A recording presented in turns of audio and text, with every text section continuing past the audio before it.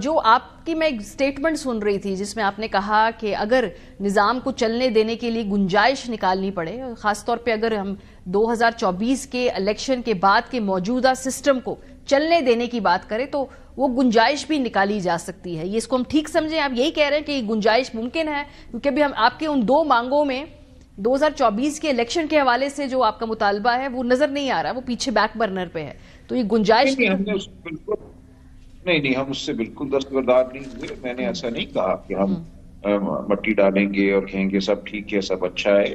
وہ اپنی جگہ مطالبہ موجود رہے تو گا. گنجائش سے پھر کیا مطلب ہے آپ کا؟ گنجائش کیسے نکلے گی پھر؟ دیکھیے، گفتگو کی بات ہی ہو رہی ہے نا، ہم گفتگو کے ذریعے گنجائش نکالنا چاہیں گے. دیکھیے، ایک حکومت تو قائم ہو گئی، وہ جس طرح بھی قائم کی گئی، اس وقت ایک حکومت ہے. اس حکومت کو اگر ہم نے موڑنا ہے، ہم سمجھتے ہیں کہ کوئی اور حکومت ہونی چاہیے، عمل کو آگے بڑھانا ہے. اس حوالے سے میں نے کہا کہ عمل کو آگے بڑھانے کے لیے کوئی رائے عمل طے کریں گے.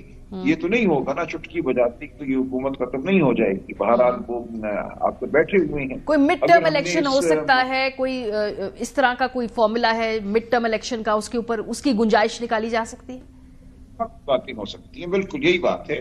ایسی باتیں بالکل ہو سکتی ہیں، پھر وہ گفتگو ہم کر سکیں گے.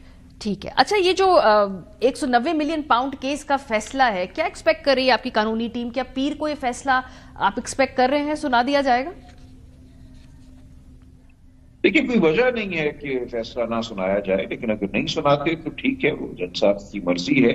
ہم تو یہی سمجھ رہے ہیں کہ فیصلہ سنا دیا جائے گا اور ہمیں کوئی اس بارے میں خوش فہمی نہیں ہے.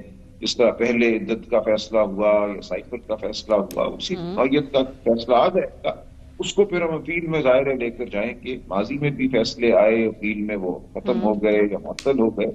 تو ہم اس حوالے سے کوئی بہت فکر مند نہیں ہے، لیکن ہم سمجھتے ہیں کہ کوئی فتویٰ نہیں ہے. سرکار کو نہ کوئی نقصان ہوا، نہ خان صاحب یا بشرا بیوی کو فائدہ ہوا.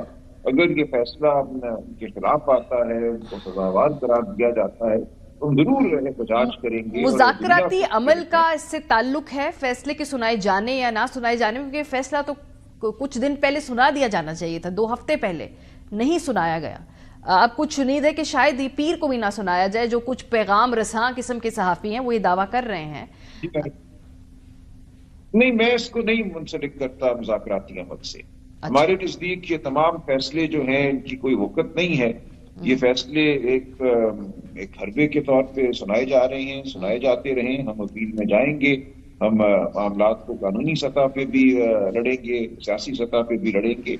اور ہم چاہتے ہیں کہ ملک کی فلاح کے لیے ہم آگے بڑھیں. جو جھوٹ، فریب، جبر، دھونس کا ماحول ہے وہ ختم ہو. اور یہ مذاکراتی عمل پہ اثر انداز بھی نہیں ہوں گے اگر پیر کو سزا سنا دی جائے؟ کیا یہ مذاکرات کے عمل کو سیبوٹاج کریں گے، یا آپ کی جو اپنی اس میں پھر گفتگو ہے اس پہ یہ اثر انداز ہوں گے؟ آپ کی شرائط پہ، آپ کے طریقہ کار پہ، 31 والی ڈیڈ لائن پہ؟ نہیں، میرا نہیں خیال کوئی اثر ہوگا. ہم اس فیصلے کو علیحدہ سے دیکھیں گے. اس فیصلے کے حوالے سے ہم دنیا کو بھی بتائیں گے یہ کیا ہے. ہم احتجاج بھی کریں گے، لیکن مذاکراتی عمل ہم سمجھتے ہیں جاری رہنا چاہیے. 31 جنوری تک آپ سمجھ رہے کوئی بریک تھرو ہو جائے گا؟ دیکھیے، اگر ہونا ہے تو ہو جائے گا. اگر نیت ہے معاملات کو آگے بڑھانے کی تو بہت دور ہے 31 جنوری. ہمارے تو مطالبات بہت ہی ایسے ہیں کہ جن کو ماننے میں کوئی ایک لمحے کا تعامل نہیں ہونا چاہیے. لیکن اگر نہیں ہو پاتا ہے 30 جنوری تک تو پھر بات واضح ہو جائے گی کہ انکار کہاں سے ہے. یہ پھر کوئی نہیں کہہ سکے گا کہ ہم نے بات نہیں کی، ہم نہیں بیٹھے سیاسی قوتوں کے ساتھ. تھوڑا سا ٹائم بھی تو بائی کر رہے ہیں آپ. یہ بھی کہتے ہیں کہ بھئی آپ وقت بھی تھوڑا سا بائی کر رہے ہیں. 20 جنوری کے بعد آپ کا خیال ہے، تحریک انصاف کا خیال ہے کہ شاید گلوبل سیاست تبدیل ہو تو جنوری کا مہینہ جو ہے ہم انگیج کریں ٹاک باتوں میں. نہیں، ایسا نہیں ہے. دیکھیے، ایک طرف کہا جا رہا ہے کہ ہم نے بہت کم وقت دیا ہے، 31 جنوری بہت نزدیک ہے.